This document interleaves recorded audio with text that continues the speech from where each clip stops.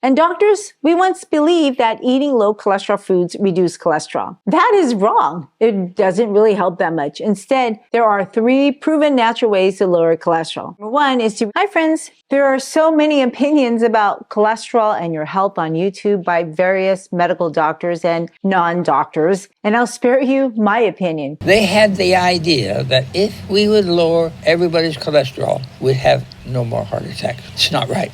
Getting the science wrong is sort of okay in the short term, but in the long term will surely stunt your longevity because it reduces blood flow. The cleaner your arteries, the better your body works. This is Martina Canchinate, officially 84 years old. Now, even if you eat and exercise like indigenous people in the Amazon, carbohydrates dominate 3/4 of the diet. Cassava, bananas, corn, rice, fruits, seeds.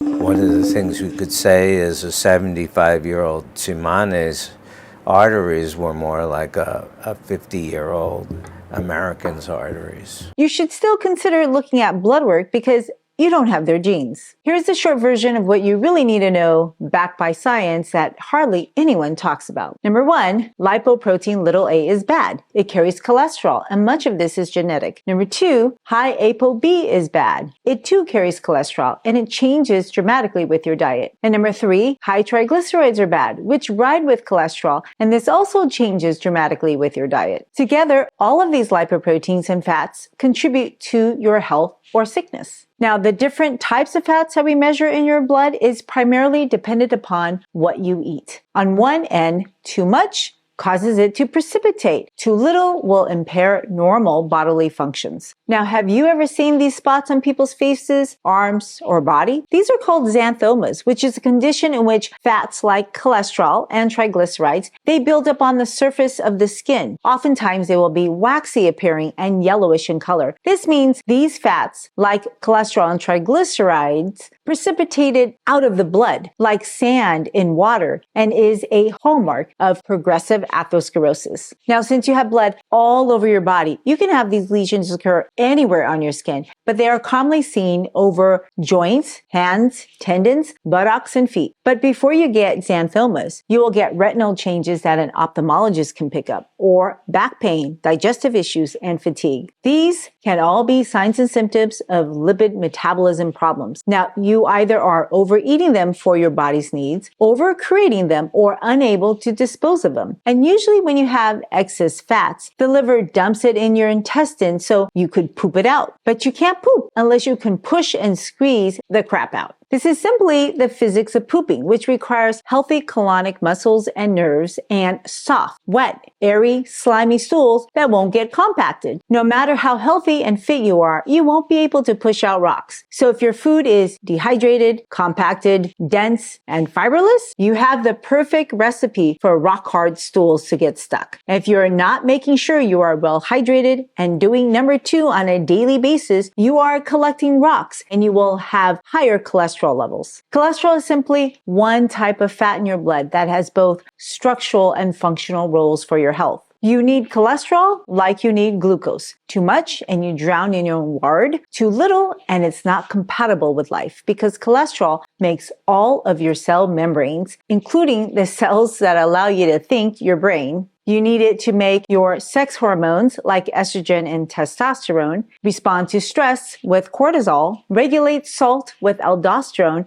and make vitamin D. The medical community believes a total cholesterol under 200 is the desired level. But the reason why it is so confusing is because despite losing weight, reducing blood sugar, and insulin, your cholesterol can still be high. And on top of that, a low HDL cholesterol is a bad sign, and so is a super high HDL cholesterol. So obviously, cholesterol is seriously misunderstood like glucose. And the bar keeps changing because we have a ton of drugs that can lower your cholesterol. They said, how low should your LDL cholesterol be? Now, I was one of the first ones that said it should be 120. I'd done thousands of them, so I knew what it should be before they had any standards. Then when the standards came out, the British Heart Association said it should be 115 LDL cholesterol. The U.S. said 130. Mine was 120. So I hit it pretty close. Yeah. Cholesterol is just one example on how the medical community can't agree with each other. And then you have citizen scientists who are looking for evidence that super high levels of LDL is totally fine. Understandably, doctors and scientists are really worried if they're going to exhibit the same advanced cardiovascular disease, because that's what they were seeing then. Now, the authorities, they all want people to have really low cholesterol levels, but the public wants to prove we don't need to care about high cholesterol when other known markers are all normal. Now, there's so many markers for heart disease, and if there was a well-tolerated drug to decrease these molecules, I'm sure we would be hearing more about them in the future. Now, it seems no one can agree, so how did we get there? Cochrane is the name of a group of top specialists in different subjects all around the world. And they're the gold standard. When that group says this is what all these studies mean, that's what we should listen to. But recently, they voted the man who was most against the pharmaceutical companies having any influence with this group. They voted him off their group. That's a scandal. When did that happen? It just happened a few years ago, Oh. not very long ago. Wow. And so that's a scandal. Are they going to allow the pharmaceutical company to have influence? Then here's another thing they did. A committee got together of about 15 people to decide how low LDL cholesterol should really be. 8 of the 15 people got some financial payment from the company that makes the pill to lower the cholesterol. So they voted it should be down to 100 LDL. I see. It's crazy. It doesn't have to be down that low at all.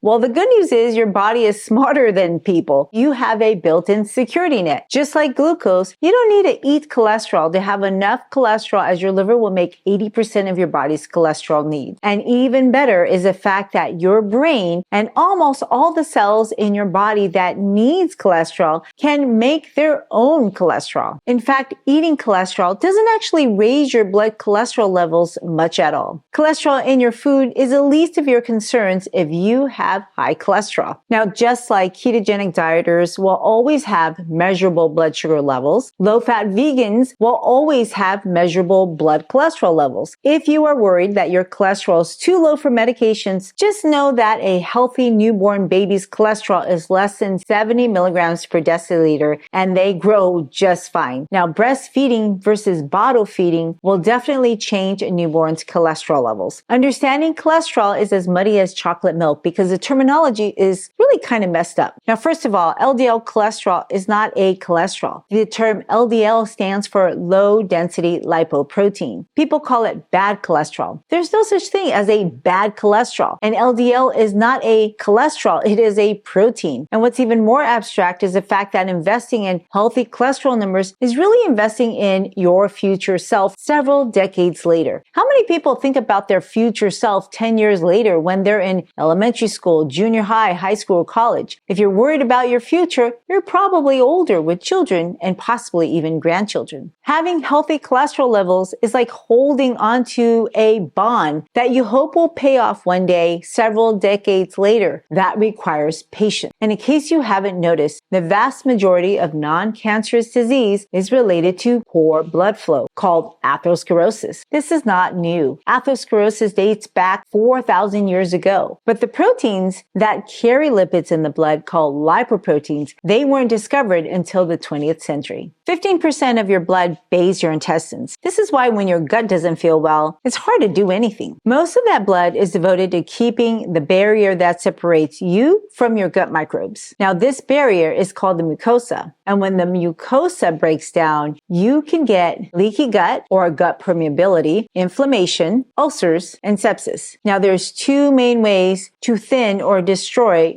the mucosa. Number 1 is a lack of blood flow. And here's a list of things that can reduce blood flow. Notice it includes high cholesterol. But notice number 1 is dehydration. So if you want a healthy gut, it's super important to keep well hydrated. And I cannot emphasize how dehydration can get the best of us. My best friend never carries water with her. She makes her husband carry their water bottle. Well, 1 little water bottle isn't enough for 1 person, let alone 2 people hiking. And one day she got a urinary tract infection, and he got a kidney stone on the same day after they both went on a short hike. Kidney stones are super common and can be the first sign of diabetes, high blood pressure, and high cholesterol. A kidney stone is actually why I went into medicine. During my junior year in college, I came home and my dad was laying on the couch, vomiting and complaining of back pain. I've never seen my dad sick before, ever. And he always would boast about his perfect blood pressure, his perfect cholesterol. He was super strong, practicing martial arts in the backyard, and could outperform men half his age. Now, I didn't like being unable to help him. I figured since I love learning instead of biochemistry, I pivoted into medical school. And during medical school, I learned all about the benefits and side benefits of drugs. And I'm not an anti-drug person at all. I use them all the time and they save lives. But when it comes to diseases of diet and lifestyle, there's no drug that will ever replace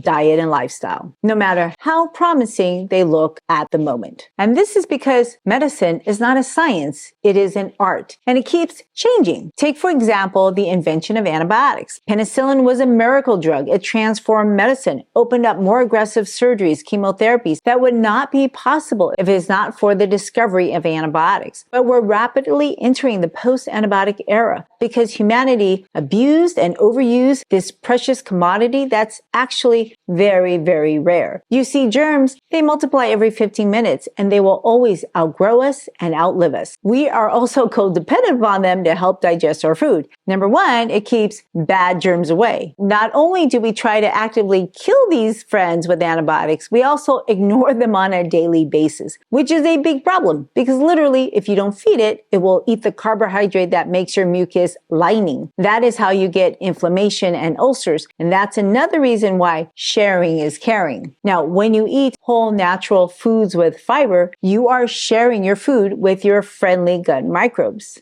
But when you eat fiberless foods, you are sharing those foods with unfriendly gut microbes. Heard of botulism or C. diff? They're both bacteria from the family Clostridia, which can only live in an oxygenless environment. Now, you will find these organisms thriving in your compost. Your gut is a living compost, and that's why everyone farts. Now, have you wondered why these bacteria can survive if as soon as they get exposed to the air, they die? Well, nature gave them an advantage. They make seeds called spores, which survive alcohol hand sanitizers, hospital-grade disinfectants, and common cooking heat. They are so tiny that they can latch onto your clothes, hands, and shoes like fleas and ticks. And if these spores land on your food, well, imagine the freedom they will have after you swallow. And this is why when we mark a room in the hospital, contact isolation, it is in your best interest and your family's best interest to glove and gown up and wash your hands immediately with running water to get rid of those spores. This is also why you should never eat honey if you're immunocompromised, as it is full of botulism spores that can live dormant for decades waiting for that perfect opportunity to blossom in your gut. This is another reason why if you eat products made by animals, you are at high risk of getting food poisoning with Clostridium perfringens. Instead, consider eating the raw, unpasteurized whole foods that they feed to animals such as herbivores. Seems like a safer option to avoid infertility, necrotizing fasciitis, necrotizing enterocolitis, and sepsis. Now, this gives another meaning to thou shalt love thy neighbor as thyself, doesn't it? Especially if you're walking around with your neighbor. Because when you share, those gut-friendly bacteria will give you even better gems with their metabolic byproducts called butyrate and acetic acid, which fuel your body to protect you from high cholesterol and high blood sugars, leaky gut or gut permeability issues, constipation, and cancers. Now, acetic acid is the same stuff in this balsamic vinegar that people drink to reduce blood sugar and weight. It takes 2 pounds of grapes to make 1 ounce of balsamic vinegars, 1 ounce of rice to make 1 ounce of rice vinegar, and half a pound of grains to make 1 ounce of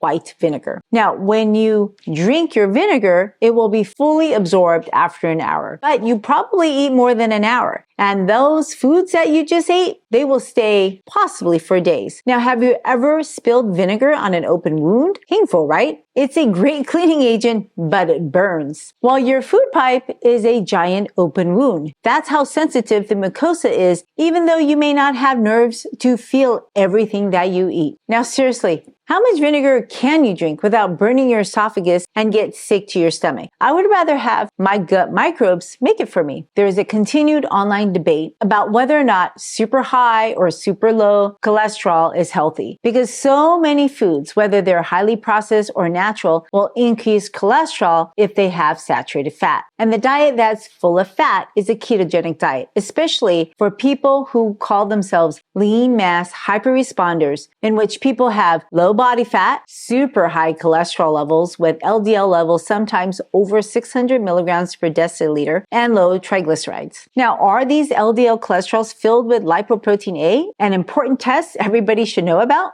I'll address this a little bit later. But because they have low triglycerides below 70 milligrams per deciliter, low insulin and low glucose levels, and are generally physically fit, they think they are healthy. And this triad was first noticed and coined in 2017 by the citizen scientists. Now, no one understands the exact mechanism, but it is known that the presence of insulin changes the expression and metabolism of fat. Insulin increases the expression of LDL receptors on the surfaces of liver cells to clear cholesterol in the blood. So when you get a little insulin, even if you do it with super processed foods like cookies while on a ketogenic diet, cholesterol levels dramatically decrease within days. And this effect is even more powerful than taking statins. Adding 12 Oreo cookies per day, about 100 grams of extra carbs, to my otherwise standard low-carb ketogenic diet. I began the statin phase with my starting LDL at 421 milligrams per deciliter and similar body composition. After 3 weeks on 20 milligrams of rosuvastatin, my LDL cholesterol started to plateau in the 280s and 290s with a low of 284 milligrams per deciliter during the 6-week phase.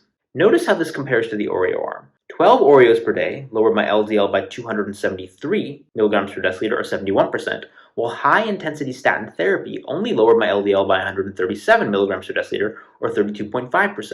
Now, everyone is so shocked that food works better than medicine. I'm not sure why, because this has been proven a century ago that a calorie-restricted, high-carbohydrate, low-fat diet can improve cholesterol values since 1930. Now, this Oreo diet experiment does not address the question, is isolated high LDL bad for health? But I think the bigger question is, what marker are you missing? If you really want to see if your LDL is causing early atherosclerosis, you can get more blood markers, a coronary CT, or coronary angiogram. But if I wanted to know, I would just go see an ophthalmologist to examine the back of my retina, because those microscopic blood vessels will give much more data than those other tests. Now, we won't know the longevity news for another few decades, as atherosclerosis is a slow progressing disease. Who knows? Maybe they will live as long as bowhead whales if they up their cold therapy and phytonutrients from plankton. And this is not the first time that food experiments have shown junky carbs can improve bad metabolic parameters, including insulin resistance. In fact, lots of studies have shown that a high carbohydrate diet, even a white rice diet, a highly processed nutrient deficiency starch, will lower insulin levels in the presence of carbohydrates better than a low carbohydrate diet or a ketogenic diet. Now, you can't cheat by avoiding carbs to get your insulin down. Now, whether it's a starch solution diet or the rice diet, which was first documented by Dr. Walter Kepner in the 1970s, a limited high-carb diet can treat obesity, improve blood pressure, and blood sugar. But don't try this diet at home without medical supervision, as this is an extremely nutrient-deficient diet. It's deficient in essential vitamins, which will get you sicker faster than missing the carbs, proteins, or fats. Now, if a diet kills birds too, you may not want to eat like that. In reality, any diet that restricts your calories will help you lose weight, improve your blood pressure, and your blood sugar. But the big question is, can you stick to the diet? Losing weight is the easy part. Keeping it off is so much harder. And even not eating, fasting can improve blood markers, like this gentleman who fasted for 382 days. Now, people use him as an example of the safety of fasting. Well, I hate to break it to you, but Angus and his doctors put him in renal failure, and he only lived 25 years after he finished the diet. And did I mention that he stayed home the entire 382 days except to visit his doctors? Basically, none of these fad diets have ever proven to be longevity diets unless you get the food quality right. And all of these diets have been used as therapy for various conditions throughout human history. There's only so many ways you can play around with the food for therapy. It's basically a matter of math. Now, it's incredible how the explosion of the pharmaceutical industry made everyone forget that well-published medical doctors have been using food as medicine to treat serious diseases, including blood sugar and cholesterol, for over a century in patients with type 1 diabetes before insulin was even invented. In fact, the ketogenic diet was a therapeutic diet for people with type 1 diabetes, documented in 1797 before it was tried for seizures. The ketogenic diet basically mimics starvation, switching the body's ability to access fat for fuel. Now, these early studies prove that when you eat fat, you don't actually burn your own fat. Instead, you're burning the fat you eat to make ketone bodies. And if they didn't force a type 1 diabetic to burn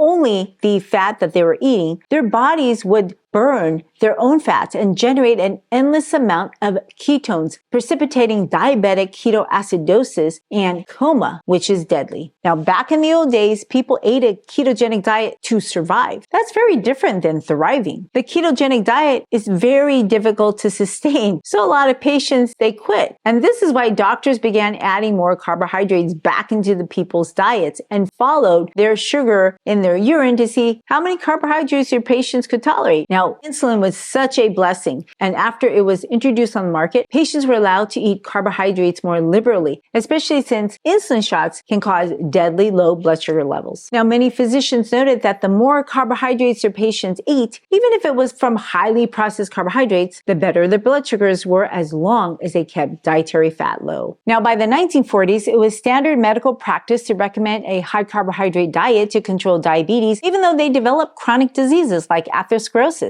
In the 1960s, cholesterol and heart disease were linked to highly processed carbohydrate diets and high triglycerides, a known risk factor of blood vessel inflammation. And now we know if you have a diet of highly refined carbohydrates, even vegan, those carbs get turned into triglycerides, which is saturated fat that your own body makes, congesting your liver, pancreas, and muscles to give you insulin resistance and obesity and high cholesterol. And if you avoid carbs, like on a ketogenic diet, triglycerides will be low. So instead of recommending that people improve the quality of their carbohydrates, the American Diabetic Association began recommending treatment targets for hemoglobin A1C and LDL cholesterol levels by drug therapy. So the Oreo cookie experiment confirms that food works better than drugs to lower cholesterol. But having a perfect LDL cholesterol does not make one healthy. As rightfully noted, people who are malnourished, have cirrhosis, fat malabsorption syndromes like inflammatory bowel disease, cancers, and hyperthyroidism can all have normal or low LDL cholesterol levels. But guess what? These are all primary causes of illness, and low cholesterol is a secondary effect. And if you have these diseases, cholesterol levels are the least of your problems. However, if you are healthy and you have achieved a low LDL cholesterol through your lifestyle, that is very beneficial for longevity,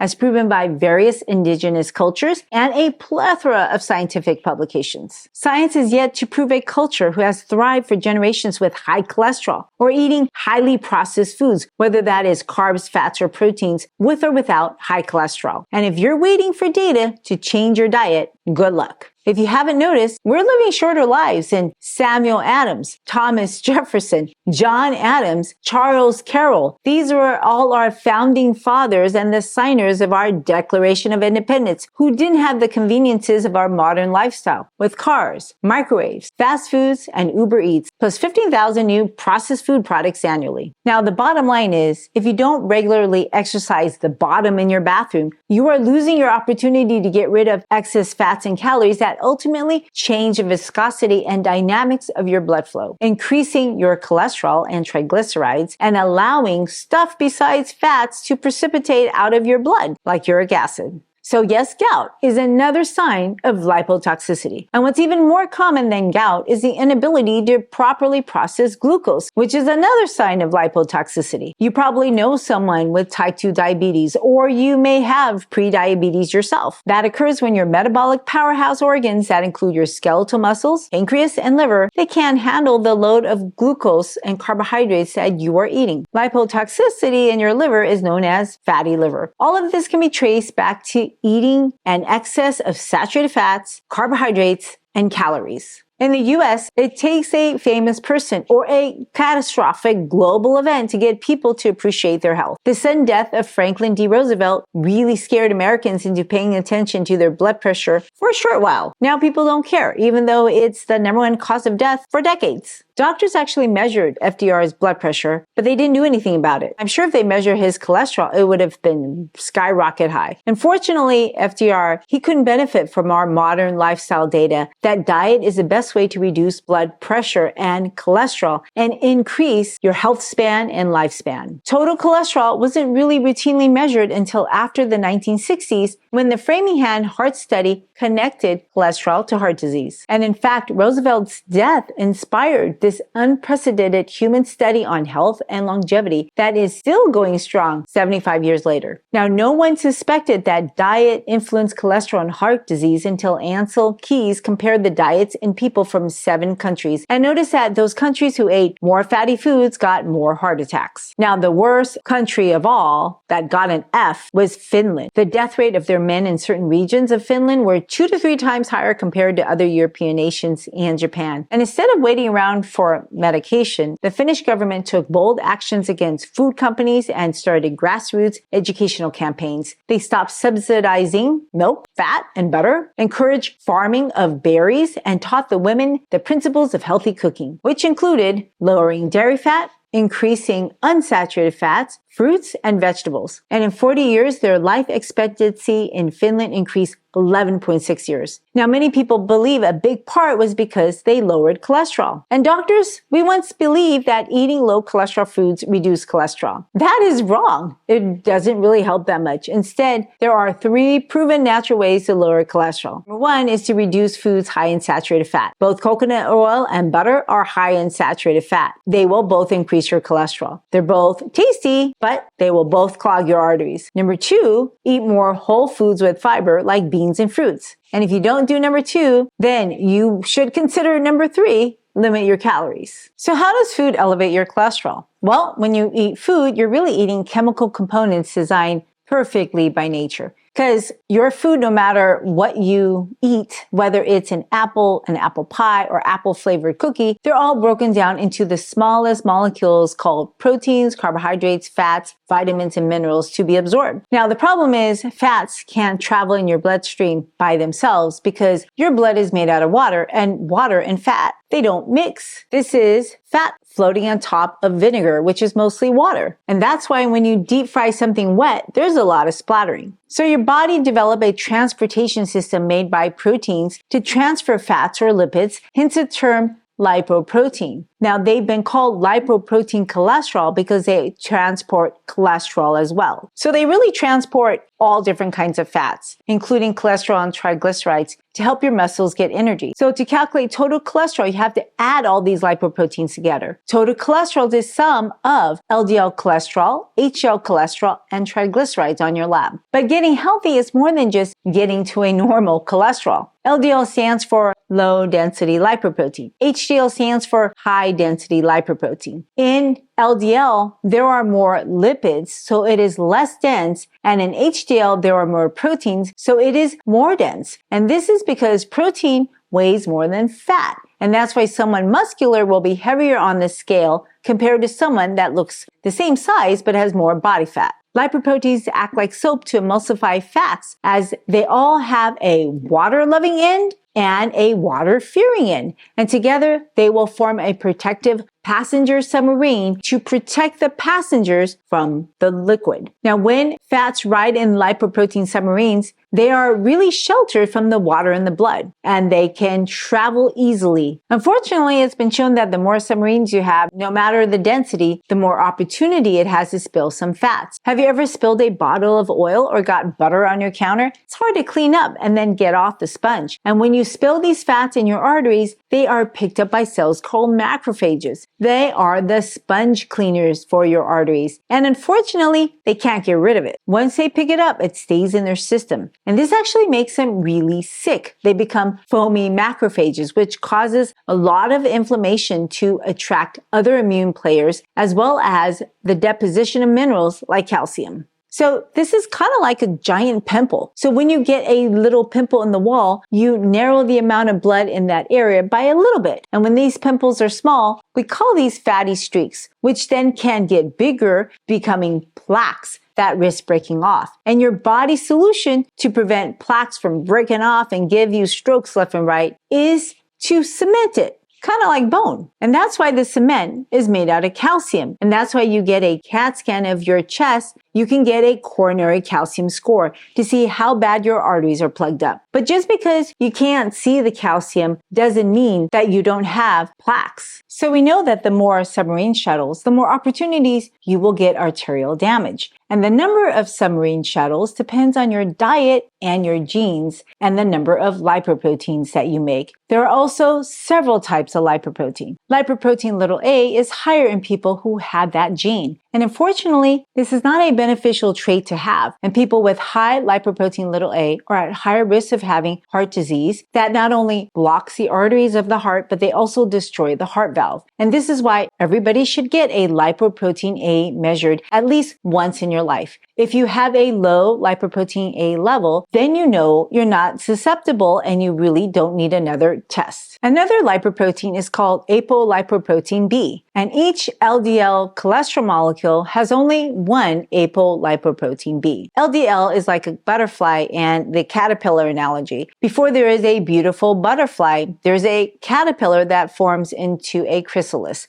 and miraculously, the caterpillar disappears and only the butterfly comes out. This is how your low-density lipoprotein submarines get created. Other submarine lipoproteins, such as intermediate density lipoprotein and very low-density lipoprotein, they all become the mature low-density lipoprotein. So it's not really accurate to just count LDL cholesterol. The more accurate way to calculate how much total cholesterol and saturated fat you have circulating in your blood is to measure ILDL, VLDL, and LDL. But unfortunately, ILDL and VLDL are super hard to measure because they disappear like caterpillars. But fortunately, scientists, they figured out since out of every single lipoprotein shuttle, you can just count ApoB protein and get a better, more accurate measure of how much total LDL cholesterol you have in your body. Now, if you've never had one, ask your primary care provider to check an Apolipoprotein B. And if you want to learn more about Apolipoprotein B, watch your next video.